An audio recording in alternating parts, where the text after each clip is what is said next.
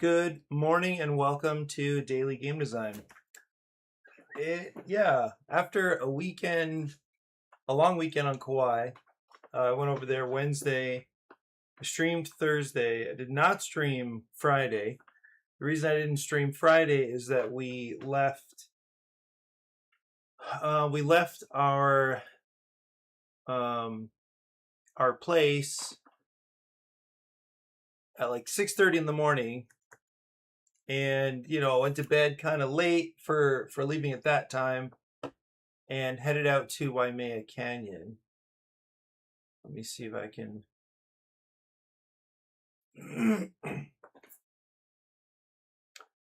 So Waimea Canyon is the Grand Canyon of Hawaii, I think is what it's called, or of the Pacific, or something like that. So this is an overlook actually after our hike. I'll show you a little bit of our hike as well. So a lot of it was quite jungly, and then it opened up to a series of like ridge areas. I think video is going to be tough to load. And it was really cloudy. Yeah, you can't see it. I don't know if this is going to load well. Anyway, so we're moving along these ridges, and you can see that it's quite like the clouds are hanging pretty low. At this point, I think we're like at 2,500 feet or something like that. I forget. Ivan told us. So Ivan led out this hike, and he actually tried to scare people away from it. And I think that was definitely the right move. But we were expecting something a lot more intense. It was actually pretty comfortable most of the time. I mean, the weather was amazing. It was slightly muddy and slippery in the first quarter, maybe. But then, and as the day went on and as things opened up, it was this great, like, packed. This could have been it could have been raining. This could have been really slick and bad. This is us now reaching the end of the hike, looking out over a valley that connects to the Nepali coast. And so as we descended a little farther down at the end of the ridge, then things cleared up and opened up. The clouds, I think, hung at the same height. Some of them actually, it did, like, they blew away a little bit, but this is looking down to the beach. I don't have a great photo for scale, because you can imagine this obviously it drops down to sea level. I mean, it's the beach is right there. This is another ridge that comes out, and you can see another, like, the coast along, like, off in the distance. Anyway, beautiful hike, really fun people, and yeah. Anyway, so that took up the entirety of Friday, heading out there, and Sabbath was at the place. I was mainly there to help with music, so it was really fun to play with some talented people and just host, 3-4 songs at a time. Just get people singing and thinking about what we're singing about. It was really, really nice. I don't know what's going on here with Dextra. So my goals, then Sunday was our travel day, so we were cleaning, and I got back, had a lot of work to do for my class, because typically I like to post things on Friday. Oh, here's a kind of better sense of scale and kind of where the clouds were. So these were just like sitting right above us and extending out to the horizon. So anyway, really, really nice time. And the hike was more intense on the way out. It was actually a down and up hike rather than an up and down hike. So the hike out was more strenuous, but it was still really good. Okay, wow, it looks like it worked. Remember, I actually I made the files just to export a few individual thumbnails, and it looks like it's behaving better now.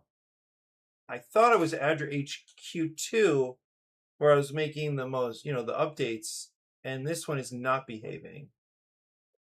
Yeah, maybe you'll remember that it was doing some super weird stuff.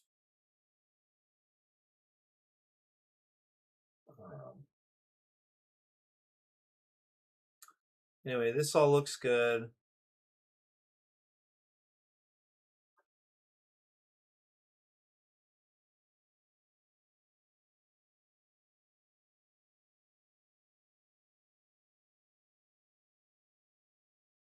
Okay, what do I need to do so that the card backs look better? I think I uploaded the images. Let me check. They're here. Okay. So I'm thinking, what's the best way to do this? There might not be a fast way to do this, but let's say the back is green. Okay, so just make this. Oh.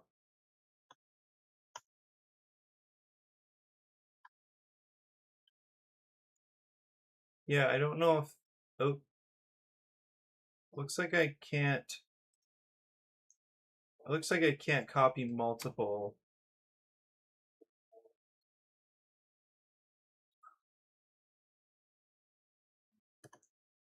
I wonder if I can do this. Where's the...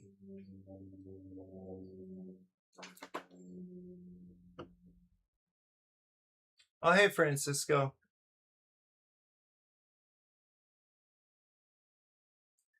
I think it was in here. So what I'll try to do is drop...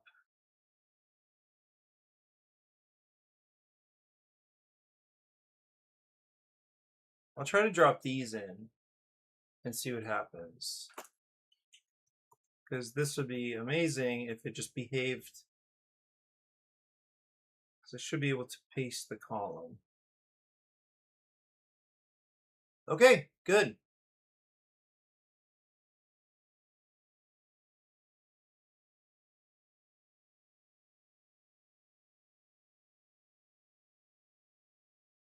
Oh, shoot. I need to change that image. So the photos are from the weekend. I didn't get a lot. I guess I've been here a few times. It's a retreat center owned by a Christian family, and they host mainly youth groups. So they do a few different things. One is they have business in town in Honolulu, not far. And so they have these businesses that they're running. Then they do an internship program for young adults. So they'll have people come in for a year, work in the businesses, work on the property. Then they own this retreat center and they host mainly youth groups, but like church groups that come in for spiritual programming. They'll host those groups for free. So we just show up. The place is amazing. Really beautiful kitchen, lots of space for storage and prep. Like, it's a really great kitchen facility. And then there is it couldn't host like a huge number of people or anything, but then there are a couple of really nice common areas. There's a lanai that's like a porch area. It's an open air area. You can't see it. Yeah, I didn't really take any pictures of the space itself because I've been a few times. Here's a nice. This is looking off the railing of the lanai, and there's a little fire pit, like a gas fire pit, and directly below the lanai, like where where I'm sitting, there's like foosball table, ping pong table. There's another meeting space down there, so it's a really and then it's kind of cabin-like. It feels like a fancy cabin, a huge cabin. So there's like multiple rooms in the main building, and then from the main building it drops down into what they call pods, which are just kind of cabins but connected by bridges. I wish I had a picture of the whole thing. I'm sure there's a website that shows it, but yeah, here's the same, basically the same thing. This is one of the common spaces. So there's just like a gathering space. They had a couple TVs, so it was easy to have lyrics going for worship. And anyway, this guy was the preacher, this guy named Lafitte Cortez. He was a youth director, youth leader in our church for a long time. Not like our individual church, but I think he was in New Jersey, and he was a pastor in Florida. Anyway, pastoring in California. Really cool, really positive guy and positive message. So it was a nice thing. We did get to play. I have never seen Flip 7 hit so hard as I saw it with this group of people.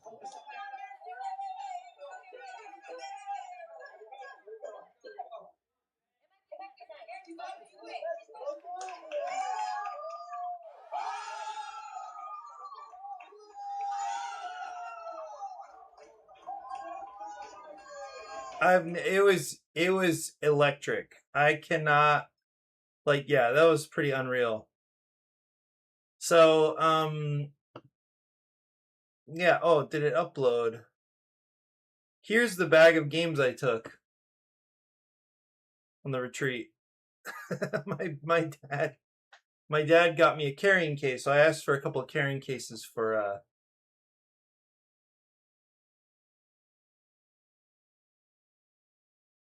Oh, I've ended Flip 7 with 0 points for exactly the same reason. Yeah, I just want to keep going. Didn't really play many games. You know, like it obviously is very sensitive to the group and what they're interested in, what there's time for.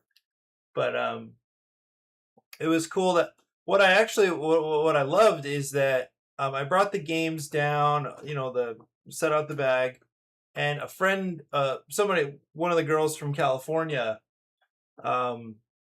I think there's 17 games here or 18 games. Mostly card games, as you can see, but I've got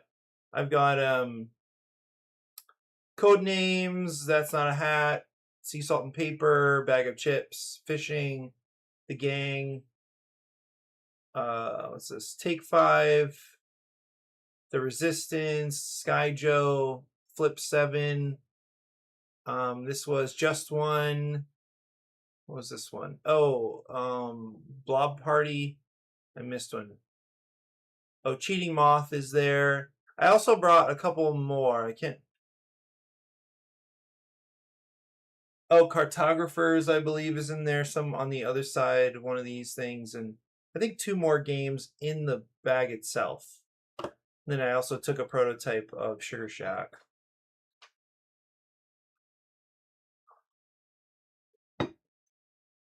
Anyway, it's cool to have some of these. Oh, you know what though? Packing this way and going through the airport, it gets stopped almost all the time. Cool. Yeah, I'm happy to hear about the con as well.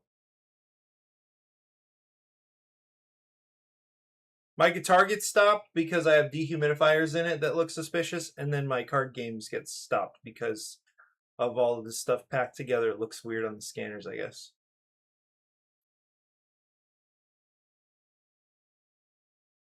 Yeah, whatever. Oh, looks like I need to change the HQ challenge, the challenge card. I thought I did though. Like the challenge card back. I thought I changed that.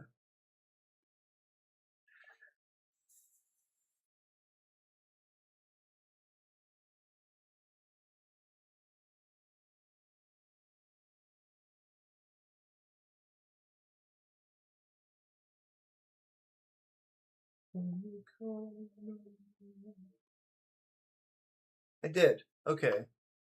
Let me see what I need to do then. Okay. It's this one.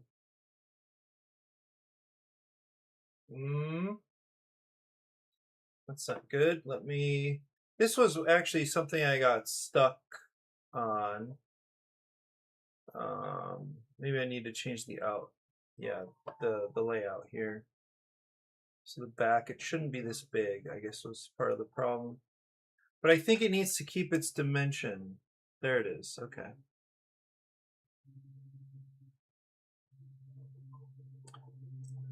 Yeah, let me look in a second. I'm hoping to see some con highlights over there. This should do a bunch to help. Did that change anything? Nope. Why not?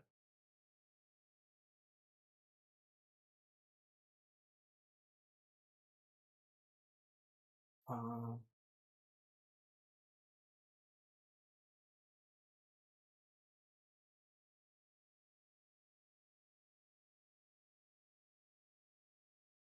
I haven't posted anything about it yet, but okay.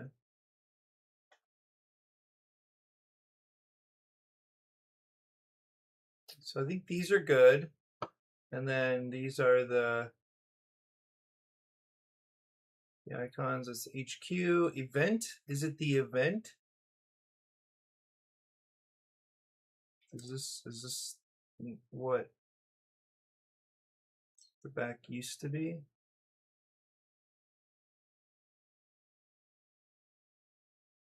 Try that. No, I don't understand what I need to change so that this size changes. Right? Like, what is this saying? Crop?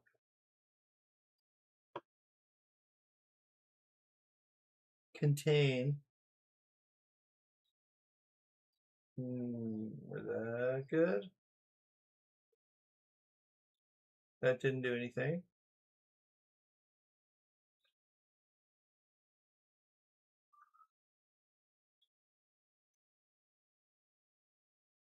What if I do 20?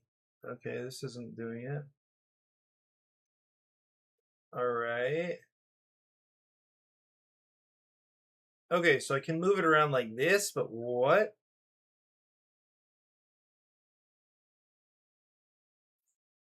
Very weird. The card back, it's got to be dexterous, resize, card back. The other thing is I could just create an image for each card back, and I actually probably should. Actually, yeah, maybe I'm just going to go do that.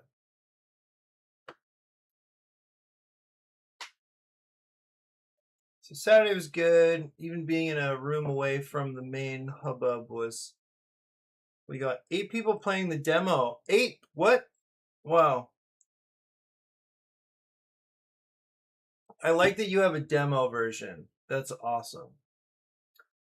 1 playing the full game. Sunday was the opposite. Super dead being in a separate room, and everything was. We tried to move to the main. Every time we tried to move to the main area, the tables filled up. Yikes.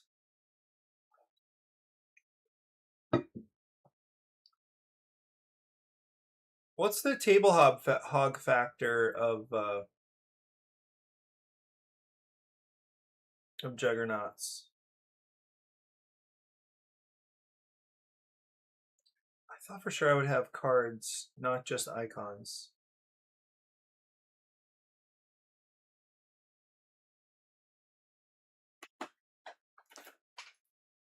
Well, I can do it this way, but I don't love the idea.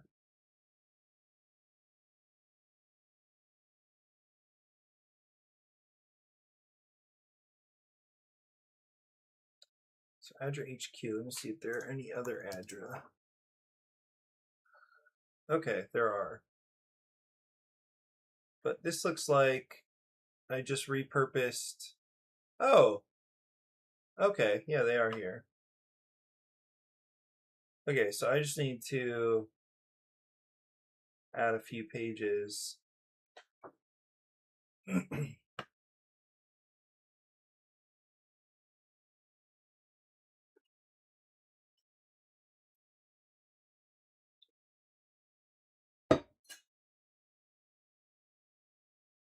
Yeah, this will very quickly solve the problem.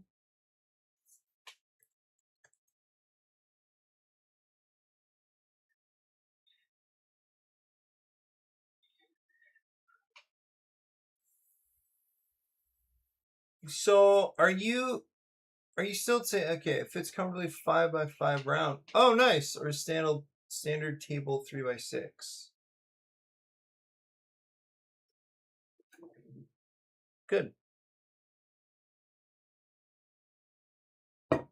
Okay, so how does it work now that you're in demo mode? I mean, not your demo mode, but since the game is finished, how do you process um like people's reactions to it? Are you like, do you write down when somebody's had a good time? Do you like write it down for a quote? Or if somebody's like, oh, I'm not sure I really liked this part of it, you're like, oh, too bad, sucker. It's not for you. Like, how do you process feedback when the game is done?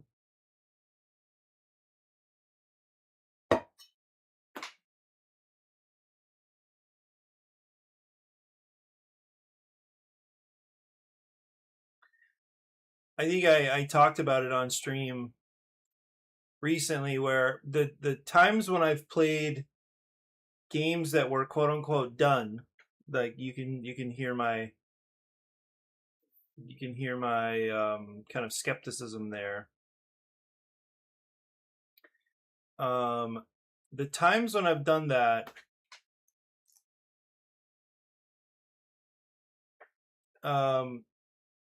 well, both one time I expected it to be a playtest, but it was actually a demo, so I already kind of was in the headspace to to give feedback, and the feedback was not really welcome. It's not that it wasn't welcome. It was more like, well, that's just not, like, I've already gotten a lot of good feedback from people, so I'm just kind of sticking with what I'm doing. That's kind of what it turned out to be. Haven't thought about writing down stuff for a quote. That's a good idea, but didn't get anyone saying they had misgivings about it. I think playing with the designer, people tend to be nicer. True.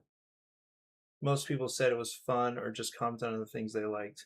Yeah, I've heard. I forget who it is. It could be what's his name, Eric Lang, that likes to play without people knowing that he's the designer, or he just likes to. Oh no, what he does? Yes, he does not involve himself in playtests, I believe, is what he said in his panel discussion.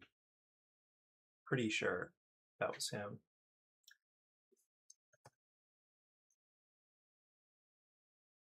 Yeah, but that's kind of convenient, right? To be at the level of having a team that can like teach your game for you. That would be nice, right?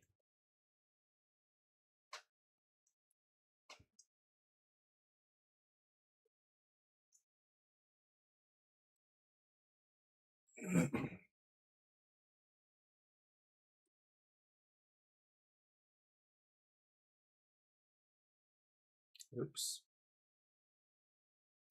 When you call my name.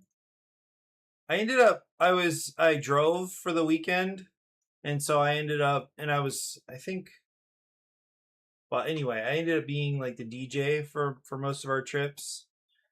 And for some reason, we ended up listening to a lot of like folk, like bluegrassy, or I don't know exactly what to call it, but yeah, some different styles of folk music.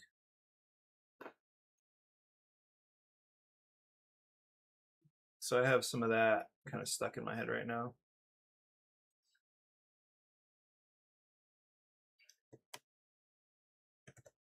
Like Milk Carton Kids. I like those guys.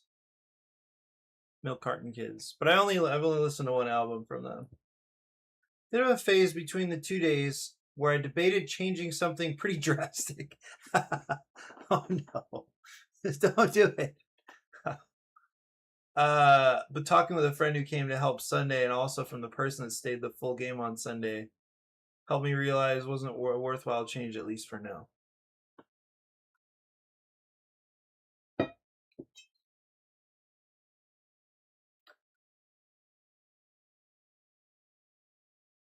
Yeah, I guess self-publishing is a completely different type of problem, but it seems like, oh, actually, this is what I wanted to do. Um,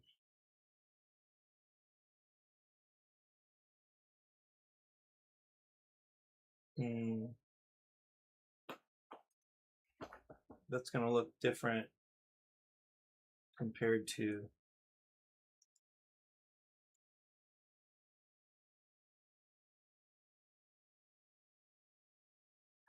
yeah, I don't know a great way to do this. Wish there was like a faster.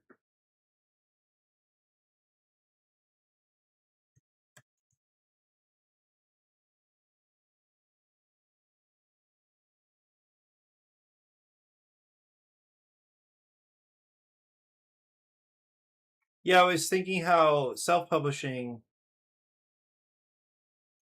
there's like a tinkering trap, yeah? The tinkering trap.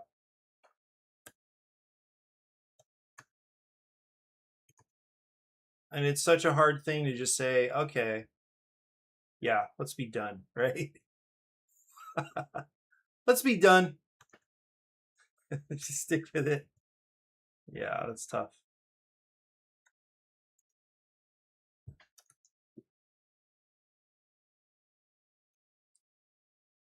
Very, very tough.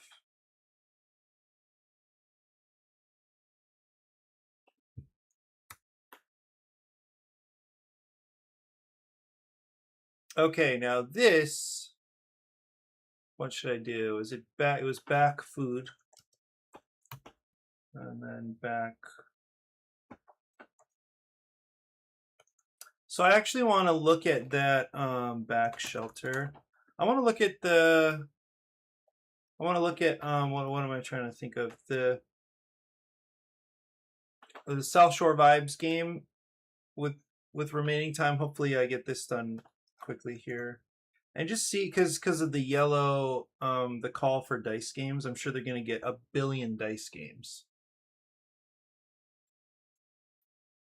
But do you have anything light light dice style that you could send into them, Francisco?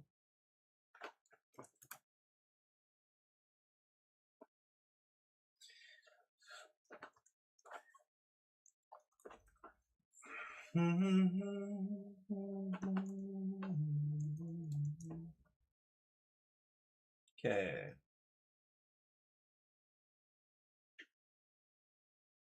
53.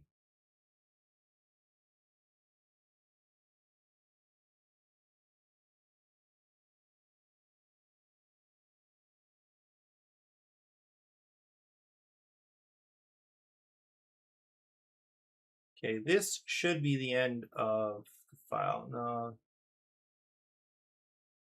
Got it. Yeah.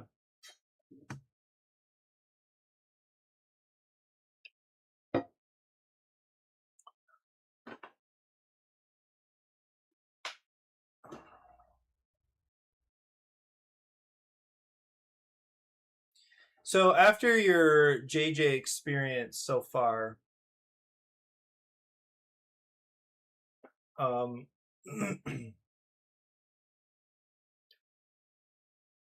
what advice would you have for a new designer who has a big idea?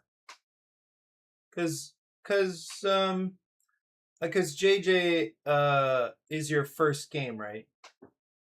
Like, I mean, ever, right? Like full game, not just one or two mechanics. This is cool, but like kind of full. Yeah. Okay. Okay.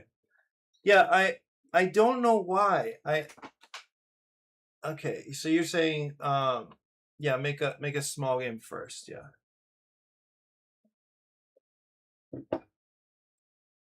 On my defense, it was gonna be way smaller. Oh, so initially it was more compact as a game.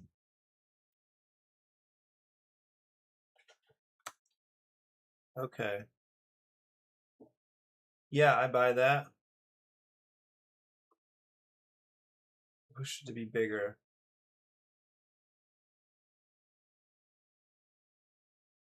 Yeah.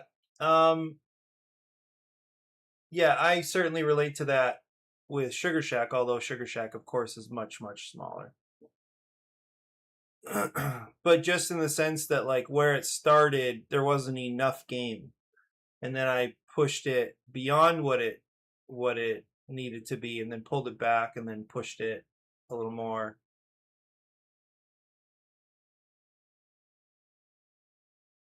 Okay. This is still not quite right. What's happening? Oh, that's right.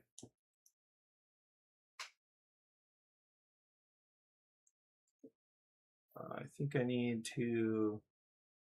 Okay, so now I can take the whole thing. I forgot that I actually needed all of these here in the column. Hopefully this. I wonder why it does this. I don't understand that setting that stops it from. Like I already said I wanted.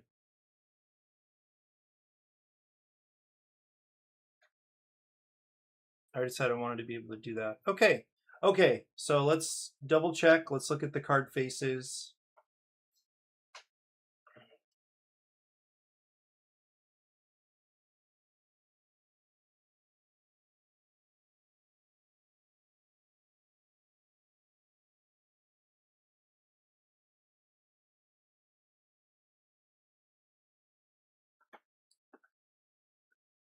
Hmm. Uh-oh. What's going on here? A little connectivity issue or no? Spiritual moment that happened though. I saw this morning that JJ got another crowd sale backer. Cool. I was wondering if it was someone from the con, but ultimately I couldn't figure out who it was, and it was like God telling me that the backer had nothing to do with me or my abilities at the con, which honestly is what I needed to hear from God. Yeah. Let me go back. Just feedback pushed it to the bigger right. Yeah, finding that right balance. Yeah, okay, that's interesting.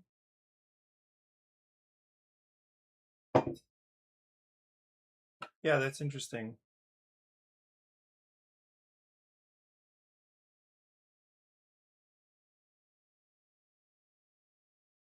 A kind of a kind of affirmation.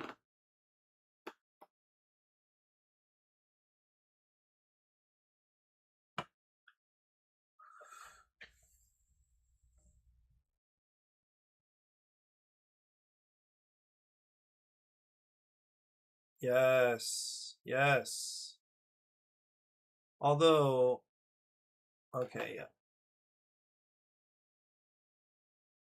It's great being at 18 cards each deck. They're just very clean. There's 9 and 9. It's awesome. Yeah. I think I don't know. I was talking with a person, a new friend, somebody I met at the retreat this weekend, and I have to say I think my perspective has shifted some, and I'll try to describe it because I don't think it's necessarily in conflict with what you're saying. I don't think that, but I think um yeah, I wonder if I view some of these things like these ways of participating in the world, injecting something into the world, building something, and like figuring out what to do with it. Um, I wonder now. Yeah. So his thing was he's passionate about music and songwriting. And for me, for a long time, that was a huge passion.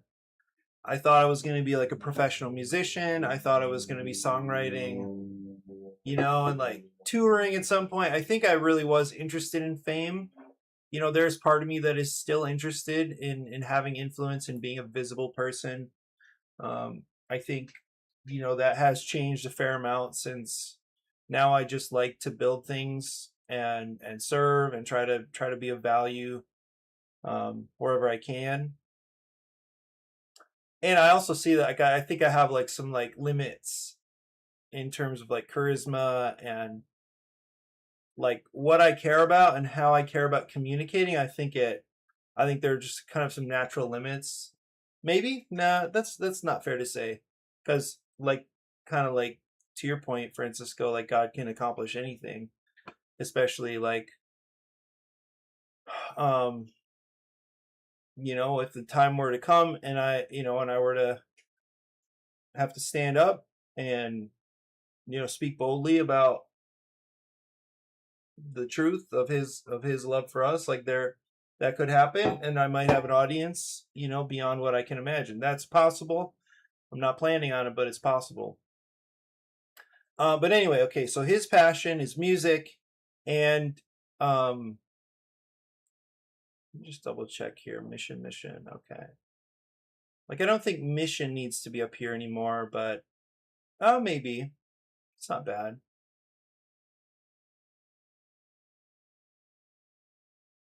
Okay, this is it. So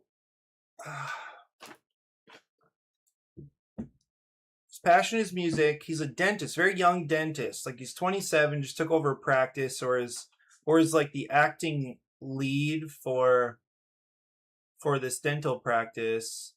I think the person who owns it has stepped away for health reasons. This older guy, and so he's pretty much just like running a dentist office himself, or like he is the guy in the office, and and he's dating this this girl very seriously. So I'm sure he's got a lot going on. But anyway, so I kind of pressed him on it, like, so are you recording anything? What's have you built any habits around doing this? And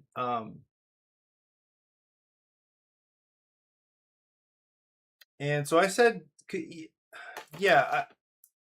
Basically, I said if it was, this might sound harsh, but I don't think I delivered it in this kind of harsh way. But it was like if it is a passion, then it would be a priority. That's not really quite fair, I guess, but like you can make it a priority. You can build routines and patterns around that thing. If you want, you can do it. Yeah, it'll mean some sacrifice. It'll mean like shifting your time and attention around, but you could do it. And his response was like, well, we'll see how God like um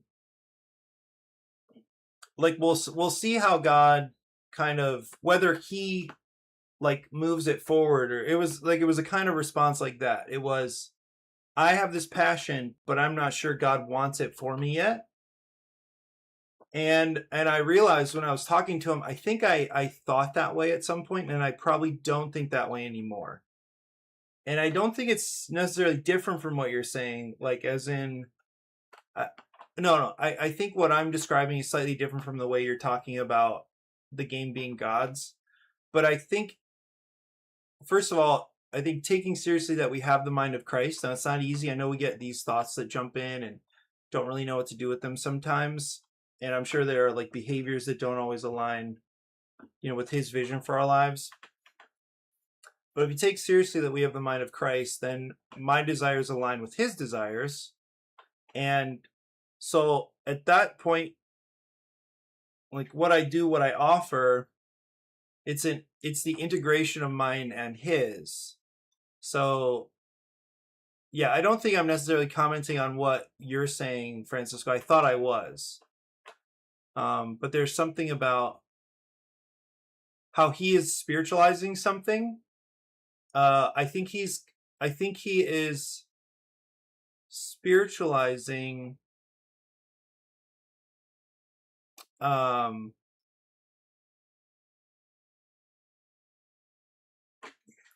hmm,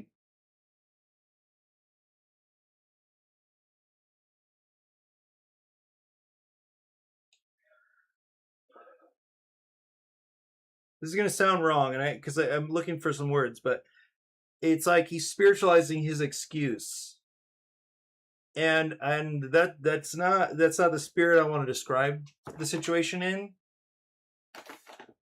But like if it was a passion, he would find a way to do it. He would find a way to prioritize it, not just waiting for God to like open, you know,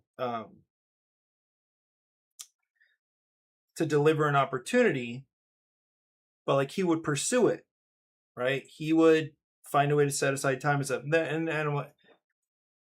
yeah, and I'm saying if it was his passion, he would move forward in pursuing it.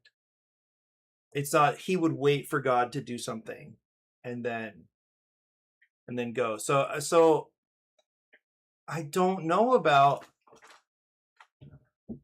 Yeah, I think spiritualizing or over spiritualizing things, I feel like I'm becoming a little more sensitive and hesitant to do that. So maybe that's my response here, Francisco, is like I'm trying to figure out, like if you say the game is God's, I feel like that's an interesting position, and I think it does probably give you a healthier relationship to the game than if your identity was tied to the game, yourself. So if you say this is my project, this is my thing, and then people, let's say people have various feelings about it, some good or some positive, some negative, then you're at risk of taking a hit to your ego, taking a hit to your identity.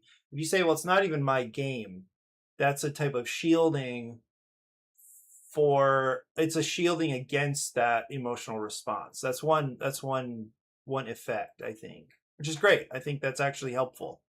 Let's see. Yeah, it sounds like more like your friend waiting on God to demand him to do something rather than accepting an invitation you believe God gave you through your desires to join in God's project. God still owns the project.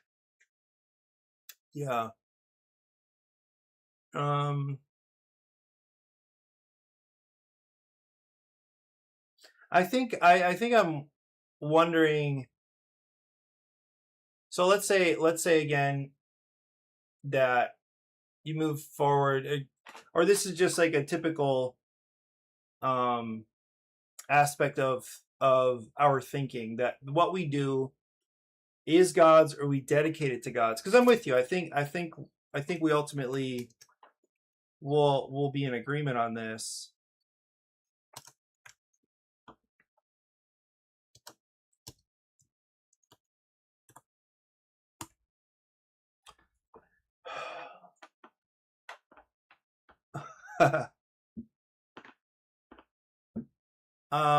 Somehow I think it's important to take ownership of these things, and that's weird to say. Um,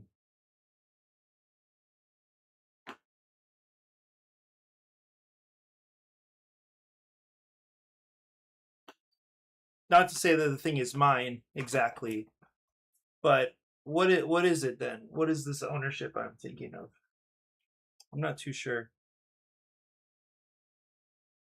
Like if a project is God's, it also doesn't mean it needs to. It's going to do well, right? Or that it's going to be productive, or that it's complete or finished, right? So there's an interesting thing there about um what oh, say okay, so if it's God's, what goes along with that?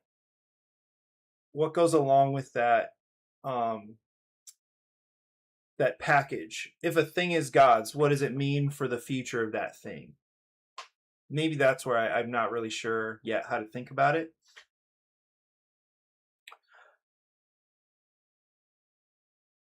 Yeah, it's tension like faith and works. You really need both. So you could say it is only faith that saves. Yeah. Right. Okay. Completed PNP file. I believe that's it. So I'm going to send this off today. I have an appointment this morning at 10 for my windshield. I'm actually going to try to drive my car over there. I haven't gone to look at my windshield since I got back. Hopefully nobody messed more with it, or that, like, it sort of fell in further or anything. Anyway, I'll be driving that car with my head sticking out the window, probably 7 minutes away to a Safe Light spot where I'll get a new windshield for $300 or something. Okay, so this, yes, I feel good about this. Then what I wanted to do for a few minutes, looks like I have about 15 minutes. I just wanted to check in on South Shore Vibes. This would be Discord, because last I left it.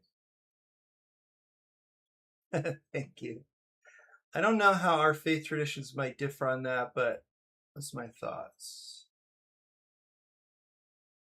Yeah, I think tension. I think tension's really important. Yeah, like managing, like that both things are probably useful and true.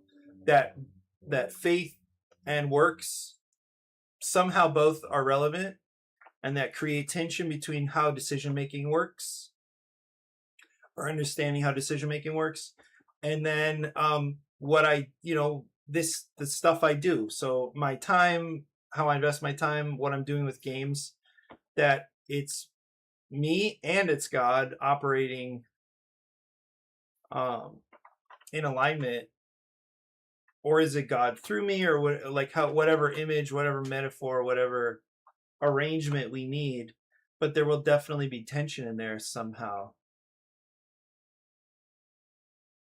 Yeah, I'm a big fan of that kind of thinking. We need to be able to maintain both realities, both versions of the situation in our minds. Okay, look, it's not even my design projects in focus area right now. Do I have any other dice games? I don't think so. Spies of Canaan is technically a roll and move game.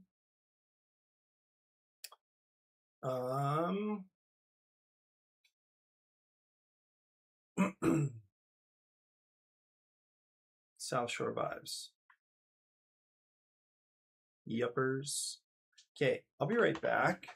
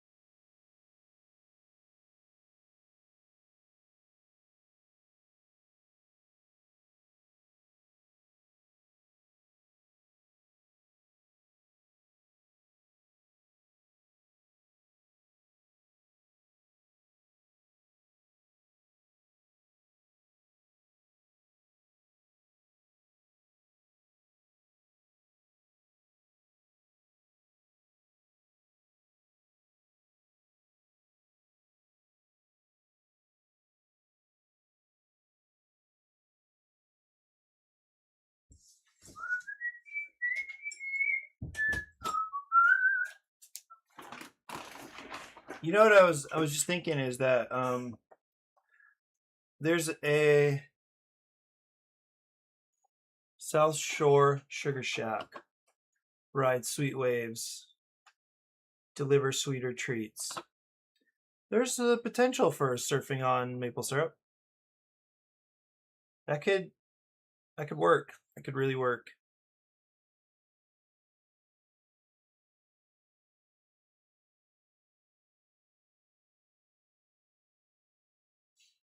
Let's do it. So I was just thinking about how I think this might come from like having done music for a long time. And like what is a reasonable standard to apply to a situation? So you know, like if somebody says, you know, I dedicate this song to God, or you know, thank you God for working through me as I you know, share this song, and then by any standard other than everything that is produced with a dedication like that is a good thing. With any standard other than that, the song is bad. Like any standard other than that. Like the person can't sing, or you know, they whatever is going on with the rhythm or whatever, right? So by literally any standard, like social series of expectations that we built up around music, by any standard other than everything produced with such a dedication is a good thing, it's not a good thing. So what do we do there, right? So like, you know, because I've seen it a few times now where somebody says, you know, well, I'm thinking of two cases where somebody also has a game that they have dedicated to God, but they say this is God's game, and in my view, it's not a good game. Like, what do you do with that? Is it me that needs to reevaluate? You know, is the stuff that's like kind of building how I think about games, the experience I've had in design, the principles I apply to my own games, is it just time to say, you know what, everything is subjective here, and I'm fine with that. I'm fine with this kind of a position that things are subjective, obviously, but are there any principles we apply that generally work better more of the time? And I think probably there are, or at least if you're adapting to trends, right, and tastes and expectations of gamers, then there are certain things you need to care about. Where you could say all you want that, you know, this game is dedicated to God, but it's not going to do well in the market, right? Almost guaranteed, it's not going to do well in the market. Doesn't mean the game wasn't, you know, it doesn't mean you can't dedicate the game to God. And maybe it's through that experience you learn something that will give you, you know, more experience and allow you to design something that will reach more people. I don't know how to think about that. Okay, so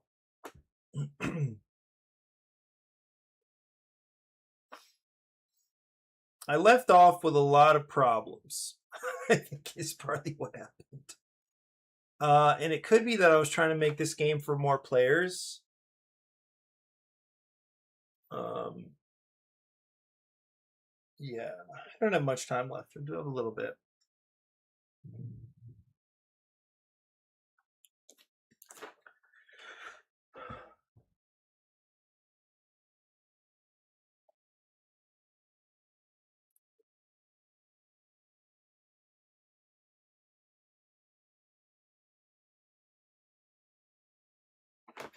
Let me see what the latest, yeah, like the last prototype was.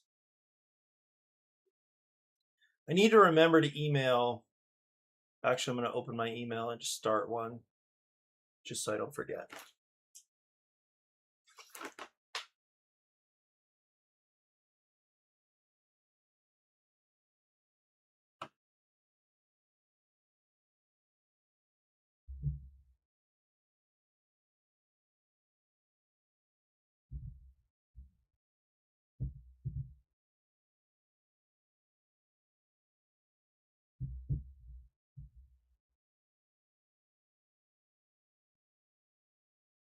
Okay.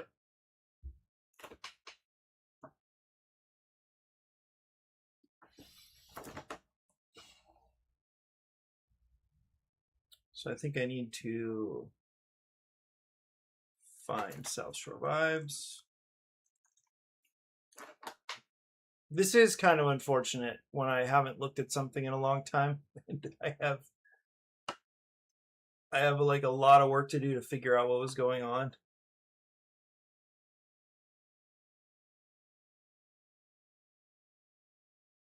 Like, this does not look like something that Yellow would publish. Let's look at what Yellow has published. One thing that comes to mind is King of Tokyo. I think I'm right about that. Okay, it's a newish one. Okay, oh, they do Unmatched. All right.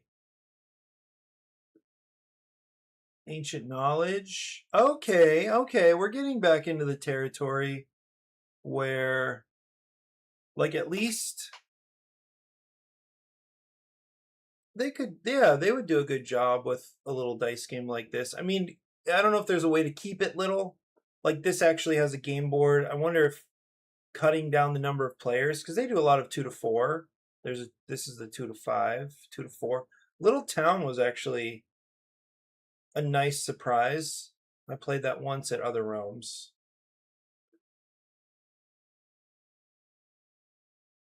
Couple perspectives. One is that someone thinks that slapping the god dedication on it will help sell, which is the wrong motivation. Yeah. This may end up being my experience. God invites someone to make a game, and it's about the person's formation into Christ than the game itself. Yeah. Yeah, I'm on board with that. Like, if you know, if the person sees, yes, I thought this was a clever little game. Oh.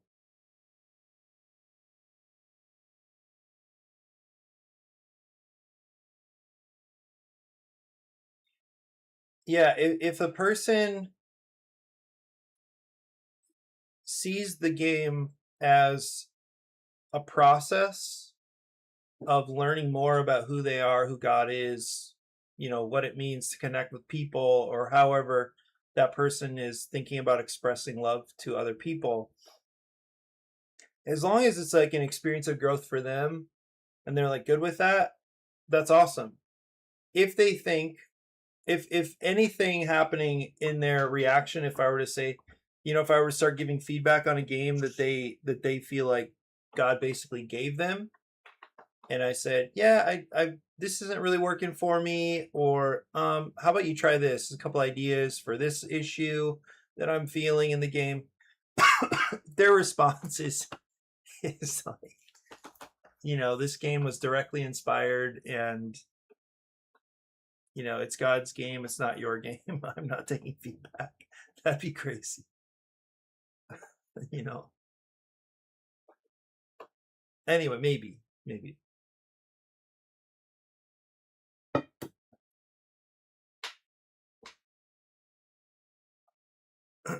Seems optimal. Let's see. Because I play tested with the guys in one of my in one of our like group chats. Look at how much it's changed. Oh man. Okay, this was more recent, but that's last August, looks like.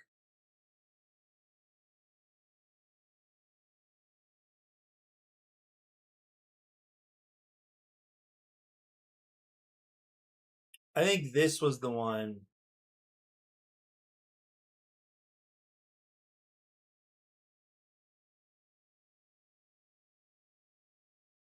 Yeah. I actually have really pushed myself. Now this certainly doesn't apply all the time. And especially as, you know, I become more experienced as a designer and people give feedback, I can be like, yeah, that doesn't really work for the direction I'm going. But I do think, and for a long time with like music or anything, I thought it was really important to be able to learn something from anyone. And I still think that generally applies. Like, if the person has that response, it's probably worth thinking about, at least for a little bit. You know, whatever it is, you know, if they give you, yeah, if their experience was a certain way, um, that is a possible experience. It's a possible reaction to the game. whether or not they're the game's audience, that's gonna matter. But um, yeah, like just how I think of that as a version of humility, where like you could learn from anybody, or anybody's experience could be um, instructive and something to respond to. What happens to using community dice?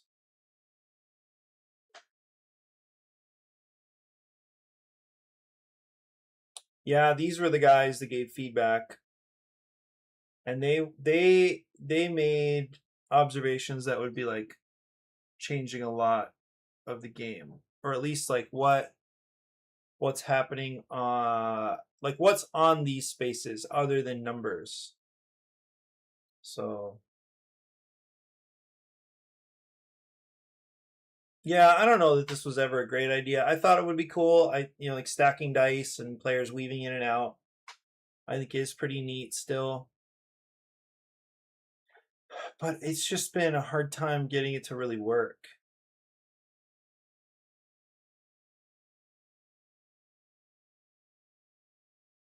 Mm.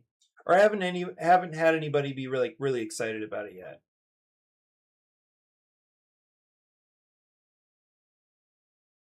But anyway, thanks for hanging out, Francisco. I think that's it for me. I've got to start heading toward getting my car figured out. Hope you have a great day. If you have any other stuff, that you learned or that you experienced over the retreat weekend, I'm happy to continue the chat in Discord or whatever. Always good hanging out with you. All right. I'll see you. Bye-bye for now.